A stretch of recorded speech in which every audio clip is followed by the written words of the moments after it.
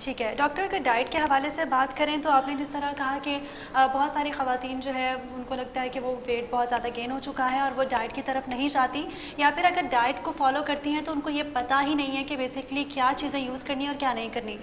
Diet پہ اگر آتے ہیں ہم لوگ, تو آپ بتائیے گا کہ اگر پریگنینسی میں آپ کو آسٹریوارتھرائٹس کا پین ہوتا ہے تو آپ کو اپنی ڈائٹ کیا رکھنی چاہیے, ڈیری پروڈکٹس اس میں کتنے امپورٹنٹ ہیں؟ دیکھیں ڈیری پروڈکٹس امپورٹنٹ ہیں, صحیح ہے, جس میں ہمارے پاس ملک آتا ہے. جی. ملک کا جو ہے وہ انٹیک لینا چاہیے. اس کے علاوہ کیلشیم جو ہے وہ سپلیمنٹس دیے جاتے ہیں پریگنینسی میں, کیونکہ اس میں تو خیر ایک الگ ہی پروٹوکول چل رہا ہوتا ہے, ٹھیک ہے. اس کے علاوہ ایگ کا جو ہے وہ انٹیک یوز کرنا چاہیے. بریک فاسٹ میں جو ہے نا وہ ایگ ضرور لینا چاہیے, کیونکہ یہی جو ہے امپورٹنٹ ڈائٹ ہے. اس کے علاوہ سب سے امپورٹنٹ میں اگر کہوں کہ ایک ڈائٹ کہہ لیں اسے یا جو بھی کہہ لیں, کہ وائٹامن ڈی پورا کرنا چاہیے. اب وائٹامن ڈی, بہت سارے لوگ یہ بولتے ہیں کہ ہم تو دھوپ میں پورا دن کام کرتے ہیں, ہمارا وائٹامن ڈی کیسے کام ہو سکتا ہے, اور اس طرح کی باتیں ہوتی ہیں. تو ان کے لیے یہ ہے کہ وائٹامن ڈی جو ہے وہ سب سے اچھا جو وقت ہے وہ صبح کی دھوپ ہوتی ہے. جو صبح کی پہلی دھوپ میں اگر آپ واک کریں گے تو وہ آپ کو فائدہ دے گی. ایسا نہیں ہے کہ آپ پورا دن آپ دھوپ میں کام کر رہے ہیں تو وہ آپ کو فائدہ دے. ٹھیک ہے نا ڈاکٹر, اکثر لوگوں کا ماننا ہے کہ دھوپ میں, صبح کی دھوپ میں 5 منٹ بھی جو سٹارٹ کی کرنیں ہوتی ہیں ان میں 5 منٹ بھی آپ ٹائم اسپینڈ کرتے ہیں تو وہ بہت ہوتا ہے. تو کتنی دیر دھوپ میں رہنے سے آپ کو جو ہے وہ ٹھیک رہتا ہے؟ دیکھیں اب اس میں ہم پیشنٹ کو اس طرح گائیڈ کرتے ہیں کہ آپ نے جو ہے نا پہلے دن صرف 5 منٹس واک کرنی ہے, ٹھیک ہے, پہلی دھوپ میں, صحیح ہے. پھر ہم اسے نیکسٹ ڈے بتاتے ہیں کہ آپ نے 6 منٹ کرنی ہے, پھر اس کے نیکسٹ ڈے آپ کو کہتے ہیں 7 منٹ کرنی ہے. اس طرح ہم پیشنٹ سے کہتے ہیں کہ وہ اپنی واک کو 30 منٹس تک لے جائے, ٹھیک ہے. پھر اس کے بعد وہ 30 منٹس جو ہے وہ اپنی واک کو مینٹین کرے. تو وہ اس طرح ایک دم اگر ہم پیشنٹ سے کہیں گے کہ وہ 30 منٹ واک کرے تو اس کا پین جو ہے وہ بہت زیادہ بڑھ بھی سکتا ہے, ٹھیک ہے. اور وہ بہت سارے پیشنٹس سے ولنگ بھی نہیں ہوتے. جب وہ ایک بار کرتے ہیں 5-10 منٹ واک جب وہ کرتے ہیں تب وہ فائدہ محسوس کرتے ہیں, تو ان کا خود بھی اس چیز پہ رجحان جاتا ہے کہ وہ واک کو کنٹینیو رکھیں اور آگے اس سے فائدہ اٹھائیں. ٹھیک ڈاکٹر, اگر رسک فیکٹرز کی بات کی جائے تو اس میں رسک فیکٹرز کیا کیا آتے ہیں؟ دیکھیں رسک فیکٹر میں ہمارے پاس آسٹریو آرتھرائٹس میں ہے کہ فیملی ہسٹری ہو سکتی ہے, ٹھیک ہے.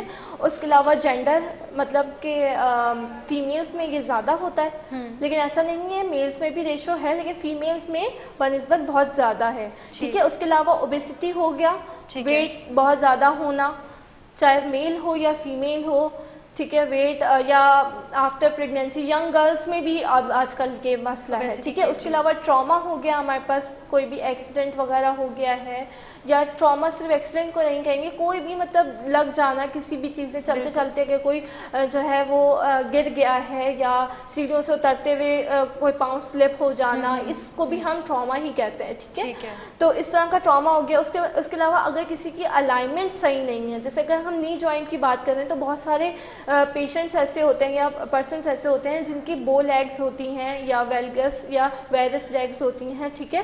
تو وہ ان کی جو ہے نا وہ کانجنائٹل, مطلب بچپن سے ہی ان کی جو ہے نا وہ نی کی الائنمنٹ صحیح نہیں ہوتی, تو وہ بچپن میں تو اتنا وہ زیادہ اس پہ نہیں پتہ چلتا, اتنی تکلیف نہیں ہوتی ہے, لیکن آہستہ آہستہ جب ایج بڑھتی ہے تو وہ اس پہ افیکٹ پڑتا ہے, ٹھیک ہے. اس کے علاوہ آکوپیشن کا بھی ہے, میں نے بتایا تھا کہ آکوپیشن جو ہے وہ اگر کوئی میکینیکل اسٹریس بہت زیادہ ہے, کوئی ایسی فیکٹری میں کام کرتا ہے, یا کوئی ایسا مزدور ہو گیا, یا کوئی بھی گھر میں کام کرنے والی خواتین ہوتی ہیں, ٹھیک ہے, جو لوگوں کے گھروں میں کام کرتی ہیں, ان کا بھی ذرا میکینیکل اسٹریس بہت زیادہ ہوتا ہے, ٹھیک ہے.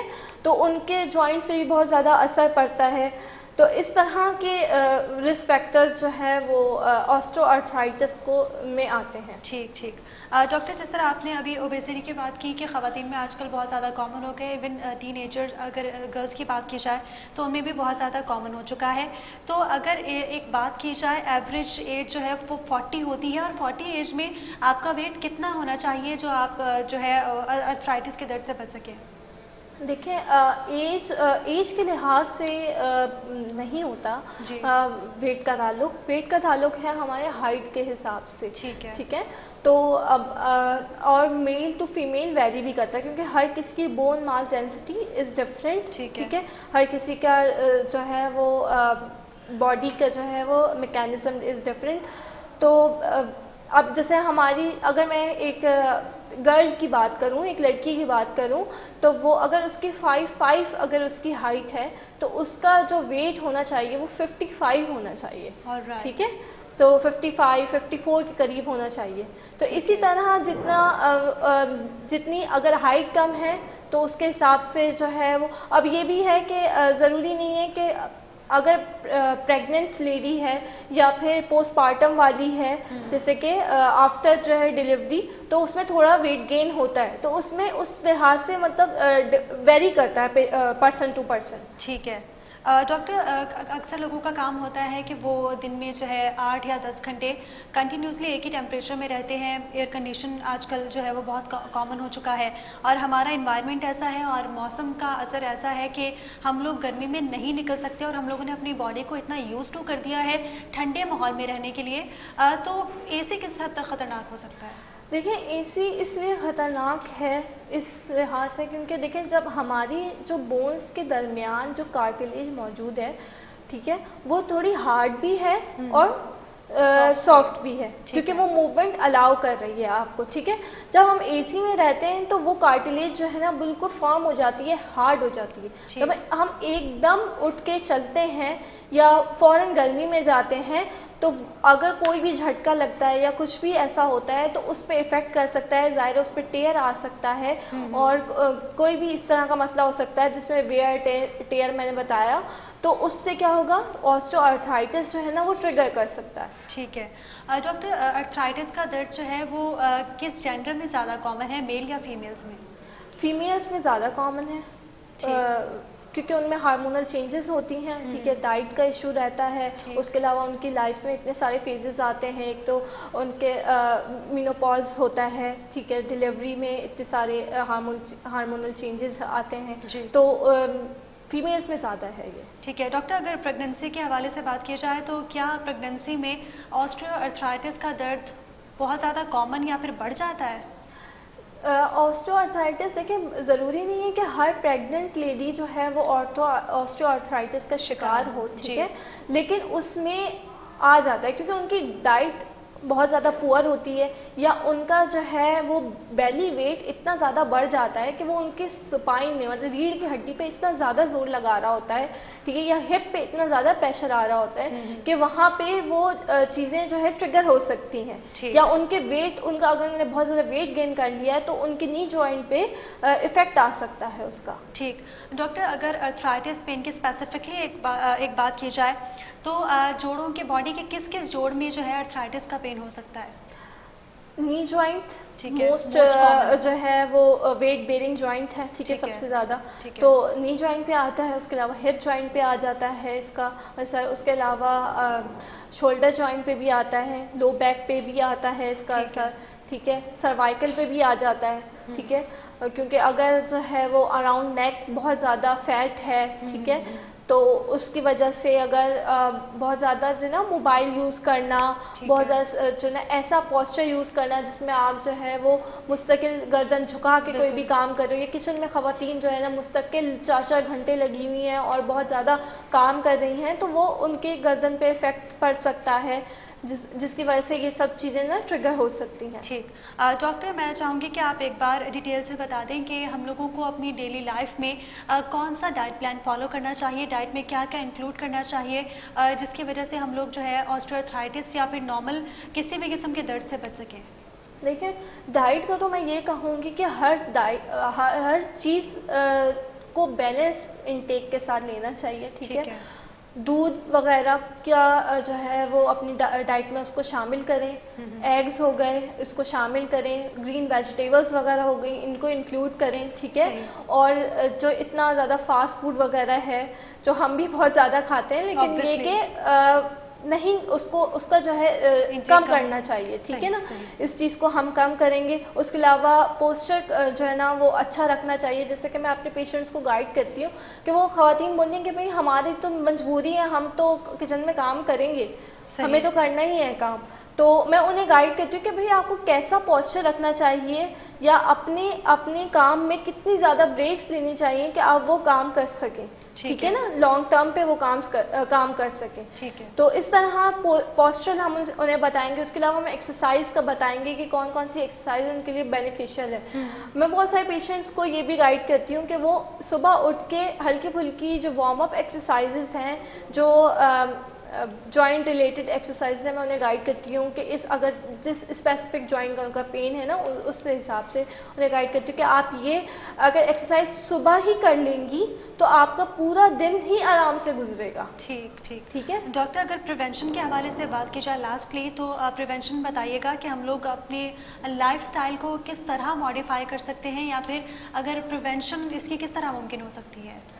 بالکل, میں پریونشن میں نے جو یہی باتیں کی وہی پریونشن میں آئیں گی. جیسے کہ ڈائٹ ہو گئی, ٹھیک ہے, اپنی پوسچرل الائنمنٹ ہو گئی, ٹھیک ہے, کیسا آپ نے پوسچر رکھنا ہے وہ ہو گیا, صحیح ہے. اپنا ایکسرسائزز کون کون سی آپ نے شامل رکھنی ہے وہ ہو گیا, اور سائیکلنگ وغیرہ, یہ سب چیزیں جو ہے وہ ہو گئی. اس کے علاوہ فزیوتھیراپی کا اگر میں رول کی بات کروں, ٹھیک ہے, تو بہت امپورٹنٹ رول ادا کرتی ہے فزیوتھیراپی آرتھرائٹس میں. کیونکہ دیکھیں ٹریٹمنٹ پلان کی اگر ہم بات کریں تو اس کے ٹریٹمنٹ پلان میں 3 چیزیں آتی ہیں, جیسے میں نے بتایا, میڈیکیشن ہو گیا, فزیوتھیراپی ہو گیا اور سرجیکل پروسیس ہو گیا. ٹھیک ہے, میڈیکیشن آپ کو وقتی آرام دے گی, سرجری جو ہے وہ بالکل آخری اسٹیج ہے سرجری, ٹھیک ہے.